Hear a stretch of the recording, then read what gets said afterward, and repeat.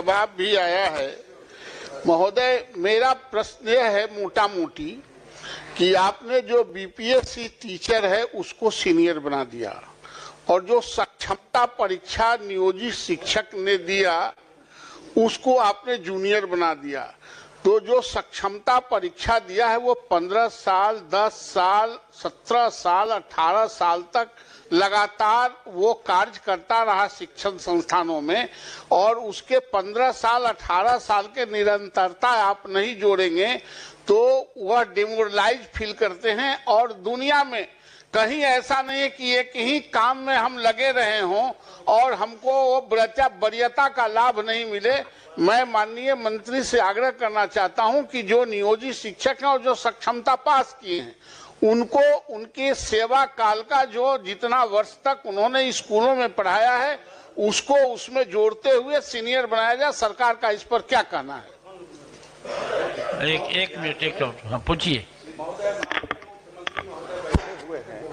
हम लोग सभी जानते हैं यहाँ 3 लोकतांत्रिक ढांचे में 3 तरह की सरकार है, केंद्र सरकार, राज्य सरकार और लोकल गवर्नमेंट, स्थानीय स्वशासन की सरकार। और उसके तहत माननीय मुख्यमंत्री जी ने उस समय नियोजन इकाई के द्वारा नियुक्ति करवाया। जो माननीय सदस्य का सवाल है वह इसलिए भी अनिवार्य है और अपरिहार्य है कि उन्हीं शिक्षकों के अनुभव के आधार पर सरकारी विद्यालयों में प्रधानाध्यापक के रूप में नियुक्ति की गई, प्रधान अध्यापक के रूप में नियुक्ति की गई, शिक्षण प्रशिक्षण महाविद्यालय में व्याख्याता के रूप में नियुक्ति की गई। उसमें आप उनका अनुभव मान रहे हैं। राज्य सेवा संवर्ग के भी कोई अगर भारतीय प्रशासनिक सेवा में जाते हैं तो वो सरकार स्टेट टू सेंटर होता है, सेंटर टू सेंटर होता है, तो लोकल गवर्नमेंट टू स्टेट क्यों नहीं हो सकता है? इतने दिन की सेवा, वो भी नियमित सेवा। मुख्यमंत्री महोदय ने पहले वो ठेके पर थे नियुक्त, कॉन्ट्रैक्ट पर, और मुख्यमंत्री महोदय ने 60 वर्ष की सेवा उनकी भी की जितनी सरकारी कर्मियों की, सरकारी शिक्षकों की सेवा थी। तो मुझे नहीं लगता इसमें कोई विवाद है। विभाग द्वारा यह विवाद जरूर पैदा किया जा रहा है, शिक्षकों में असंतोष बनाया जा रहा है, पठन पाठन का कार्य प्रभावित हो रहा है। इसीलिए इसमें मंत्री महोदय आप एक बार समीक्षा करें और सरकार के संवैधानिक स्वरूप को देखते हुए जो माननीय सदस्य का प्रश्न है उसके अनुरूप उनको यह हकदारी मिलनी चाहिए। माननीय सभापति महोदय, जहाँ तक शिक्षकों के वेलफेयर का प्रश्न है या फिर शिक्षा जगत में जितनी सुधार हुए हैं, अगर उसमें डिटेल में जाएंगे समय लगेगा, लेकिन यह कहना कि शिक्षकों के विरुद्ध है सरकार या उनका ख्याल नहीं रख रही है, सही नहीं है। लेकिन जो कॉन्स्टिट्यूशनल पोजीशन है, हम निश्चित रूप से आपके प्रस्ताव पर विचार करेंगे, लेकिन जो कॉन्स्टिट्यूशनल पोजीशन है वो भी माननीय सदस्य जान जाएं। स्थानीय निकाय शिक्षकों की नियमावली भारत के संविधान के अनुच्छेद 243(6) के तहत अधिसूचित की गई है, जो राजकर्मी श्रेणी के तहत नहीं होते हैं। तो ये कॉन्स्टिट्यूशनल पोजीशन है, लीगल पोजीशन है। उसके बावजूद भी मैंने कहा कि हम उस पर विचार करेंगे, लेकिन जहाँ तक लीगल पोजीशन और कॉन्स्टिट्यूशनल पोजीशन की बात है, सरकार उस पर सही है और जो हमारा विभाग है वो भी सही है। किसी को तंग तबाह करने के ख्याल से इस तरह की कोई मंशा नहीं है। हम लोगों ने तो जहाँ तक हो सका है शिक्षकों के हित में सारी कार्रवाइयाँ की हैं। अभी आप देख ही रहे हैं जो नियुक्तियाँ हों या उनके अन्य जो भी उनके हित के कार्य थे, 2 लाख करीब 50,000 से ज़्यादा जो शिक्षक थे वो तो पास कर चुके हैं सक्षमता परीक्षा में और वो राजकर्मी का दर्जा पा रहे हैं। महोदय हम भटक गए।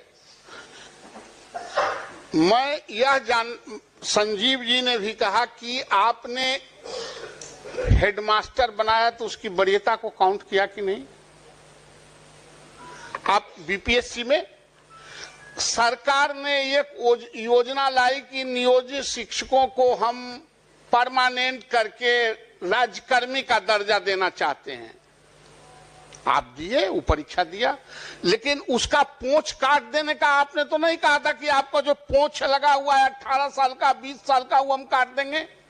और सरकार नियुक्त की थी, चाहे वो जिला में जिला परिषद का हो या कॉरपोरेशन में हो, जहां कहीं भी, हाँ, जहां कहीं भी नियुक्ति हुई है महोदय वो सरकार के आदेश पर हुआ है।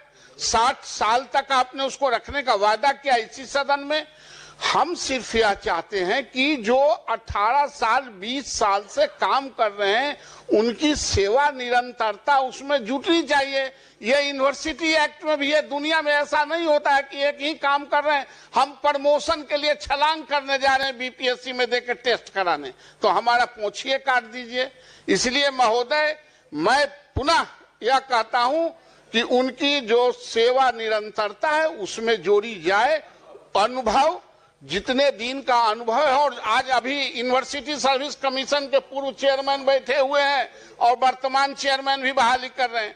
आप दूसरे कॉलेजों को, एफिलिएटेड कॉलेजों के 10 साल और 5 साल का आप काम करने का अनुभव जोड़ रहे हैं कि नहीं? आप उस पे आप अंक दे रहे हैं कि नहीं? ये दुनिया में ऐसा ही चलता है। एक अलग रूप से इसको प्रताड़ित करने के दृष्टिकोण से जो जूनियर आज बहाली हुआ है उसके कलेजा पर आप सीनियर के कलेजा पर बैठा देंगे तो शिक्षण संस्थानों में इसका असर पड़ता है। इसलिए महोदय मेरा आग्रह है कि उनका जो अनुभव का लाभ है उसमें जुटे। यह इस पर सरकार क्या कहती है? सभापति महोदय, प्रताड़ना की तो बात मेरे समझ के परे है और शायद इस सदन के समझ के भी परे है। शिक्षकों को जहां तक सुविधा दी जा रही है, एक चीज माननीय सदस्य भी बताना चाहेंगे, चूंकि उन्होंने लीगल प्रोविजन की बात की और हमने भी किया, तो क्या जो सक्षमता पास करने के पहले जब वो जो शिक्षक थे जिसे नगर निकायों ने या पंचायती राज व्यवस्था के अधीन उन्हें नियुक्ति दी गई, उन्हें टेम्परेरी स्तर पर या कॉन्ट्रैक्चुअल पर, तो वो हकदार नहीं थे न्यू पेंशन पॉलिसी के उस वक्त जब आप वहाँ पर जब आपकी नियुक्ति थी या आपको जब पंचायती राज व्यवस्था के तहत आपको शिक्षक के रूप में रखा गया, तो उस वक्त आप तो न्यू पॉलिसी स्कीम के एनपीएस के तहत पेंशन स्कीम के हकदार नहीं थे। हकदार अब आप हुए हैं अब से, जबकि आप राज्यकर्मी का दर्जा पा लिए हैं तब।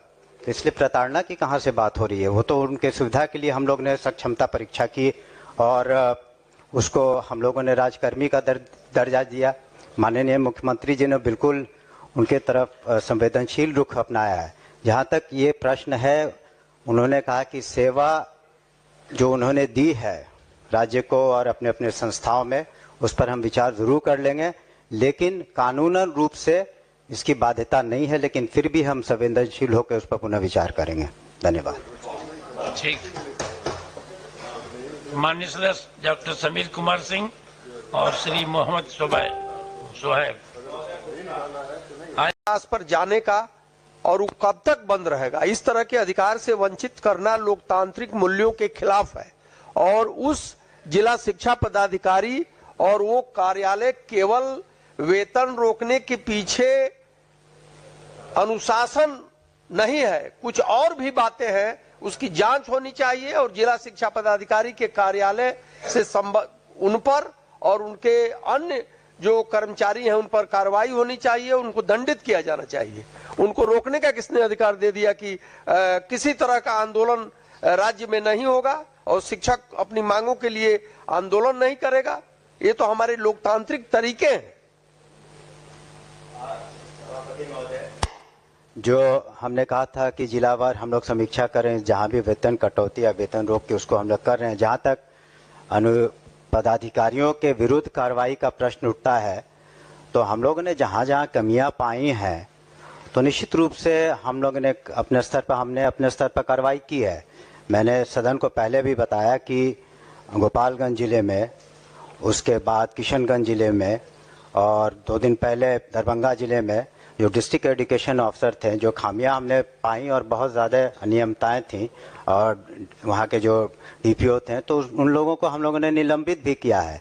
तो जहाँ इस तरह की कमियां उजागर होंगी कि जहाँ मिनिस्ट्रियाँ इन्वॉल्व है, कि जहाँ पर जानबूझ करके या इस तरह की गलतियाँ हैं, तो हम लोग जिलावार समीक्षा कर रहे हैं। माननीय सदस्य को मैं कहना चाहूँगा कि इस जिले की भी जब हम लोग समीक्षा कर लेंगे और हर जिले में जहां शिक्षकों की गलतियां नहीं हैं उसको निश्चित रूप से उसका हम लोग सुधार कर लेंगे। मैंने पूर्व में भी कहा।